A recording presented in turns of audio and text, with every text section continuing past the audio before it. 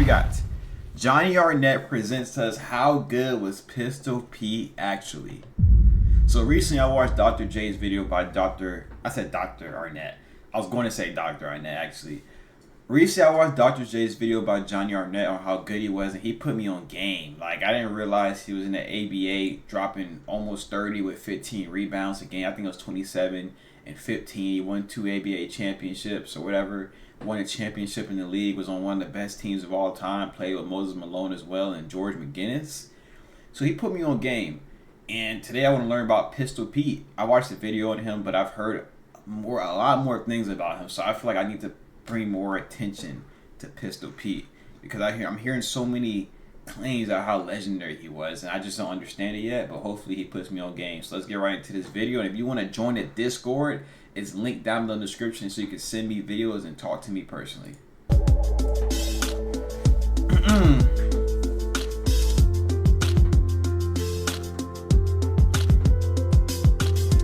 Bad.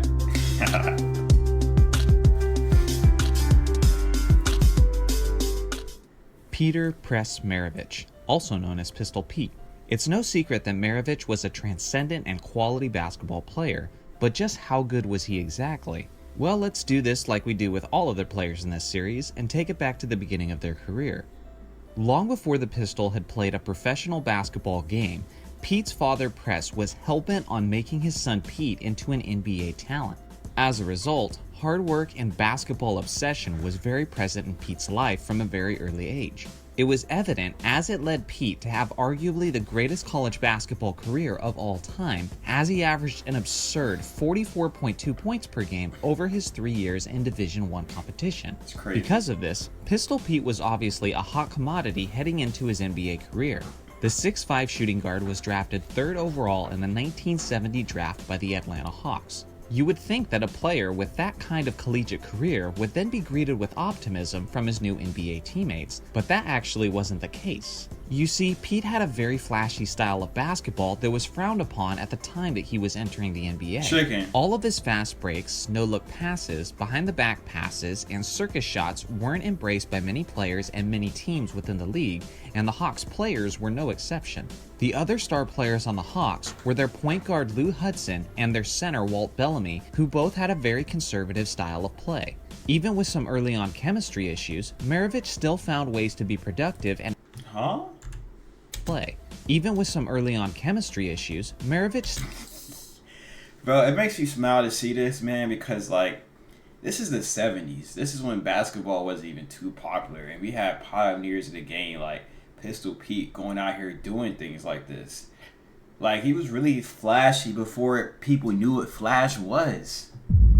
And then nowadays, people are really thinking that the flashiness and all this stuff just came this year. And I was subject to that too at one point because I didn't know too much.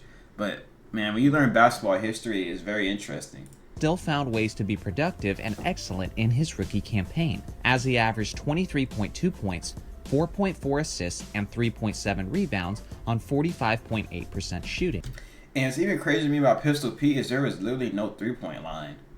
I don't know how the pacing was and all that and the adjustments of how that works for this era. But with no three-point line, and he was scoring, and he had 44 in college, that is literally insane, bro. Like, people are lucky he's not in this era. This is one of those guys that if he was in this era, bro, he would be killing.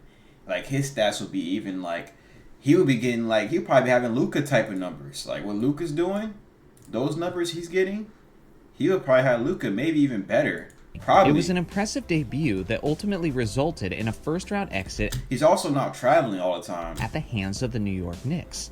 As the years went on, Maravich's skills and production continued to improve. He was a genius on the fast break, he was a passing wizard, he was likely the greatest ball handler at the time, and he was an absolute scoring machine as he could get a bucket in a multitude of ways. He was great at finishing in the paint. He had a reliable mid-range game, and he even had the range to score from 20 feet and beyond. During these years, the three-point line wasn't invented yet, but Maravich was without question one of the players who could have greatly benefited from the three-point shot. By his third year, he had broke out as an elite superstar in the NBA, as he was 5th in scoring and 6th in assists, as he averaged 26.1 points, 6.9 assists, and 4.4 rebounds on 44% shooting. In Maravich's first 4 years with the Hawks, he had established himself as a premier player, but the team still wasn't clicking enough to be among the I've genuinely never seen a pass like this where he just pulled off like from this side of his body behind him. I've never seen a pass like that. That's nasty. I might have to steal that. Wasn't clicking enough Nah, to Mike, be I'm among the stealing elite that. teams of the NBA, and the Hawks were ready to make some changes. Enter the New Orleans Jazz. The Jazz were a 1974 expansion team. They needed someone to help bring attention and excitement to their new franchise, so they traded 2 players and 4 draft picks to the Hawks to acquire Maravich.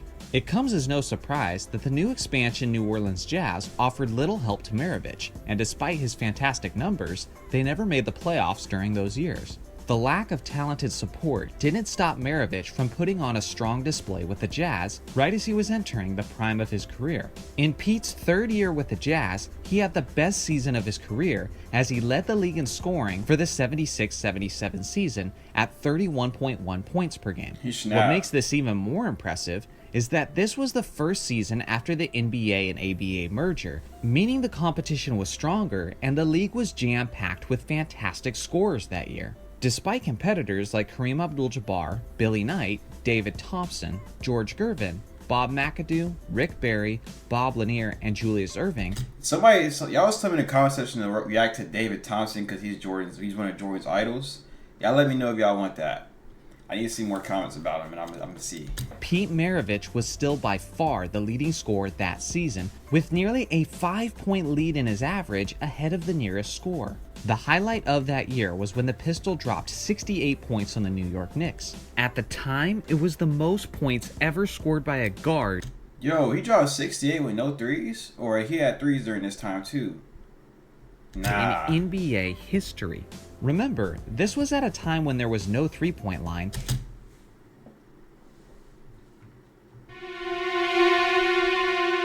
Hold on. This dude dropped 68 points with no three-point line when the NBA and ABA merged. 68 points. That's probably like, man, he's gonna probably like account for the threes too. But yo, that's like a top 5 scoring performance of all time, right? Am I wrong? That has to be up there, right? 68 before a three-point line? And this guard dropped 68 points. With the distance he had on many of his shots, he easily would have scored into the 70s if he had a three-point line. This also makes you wonder how many points he would have averaged that season and in his career if many of his baskets were worth 3 points instead of 2 points. Maravich was a force, but unfortunately, due to some consistent knee issues, Pete's career was cut very short. With his scoring and assists, he should be much higher on the all-time list, but he only played 658 games throughout his career. That's essentially only 8 full seasons of basketball, yet despite that, he still had 5 All-Star appearances. Alright, I'm black. And made 4 All-NBA teams. His final season was at just 32 years old. It was the 1979-1980 season, which was the NBA's first ever season with a three-point shot. He was well past his prime at this point, and the knee issues were laboring him throughout the year and caused him to miss many games. Despite the sample size, he still made 10 of his 15 three-point attempts, which is a remarkable 66%. One can only wonder what his career percentage would have been if the three-point shot had always been available to him. Facts. He played his final games coming off the bench as an offensive spark for the Boston Celtics, who were led by Larry Bird in his rookie campaign. For the Pistols' career, he averaged 24.2 points, 5.4 assists, 4.2 rebounds, and 1.4 steals on 44% shooting. His 24.2 points per game average is the 18th highest career average in NBA history, and it's the 7th highest average by a guard. This man's career was quite short, but it still left quite an impression on many other greats. All-time legend Elgin Baylor. 18th and 7th for guards? Man, if he had a three-point line, it would be even higher. I bet how many other people are on that list that had a three-point line, they would probably be higher. I feel like that matters too. Said this of Maravich. Oscar Robertson was the best guard I've ever played against. Jerry West was the best I've ever played with. Pete was the best I've ever seen. Years after his retirement, Maravich did lots of soul searching before giving his life to Christ and becoming a Christian. Just a few years WP, I love before to his hear death, it. Maravich said, "I want to be remembered as a Christian, a person that serves Jesus to the utmost, not as a basketball WP Maravich, man. player."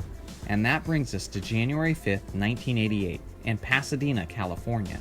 At Pete's church, he was playing a pickup game with his friends when he collapsed and died due to a heart defect. He was only 40 years old, and he was Dang. playing the game he loved. So just how good was Pete Maravich really?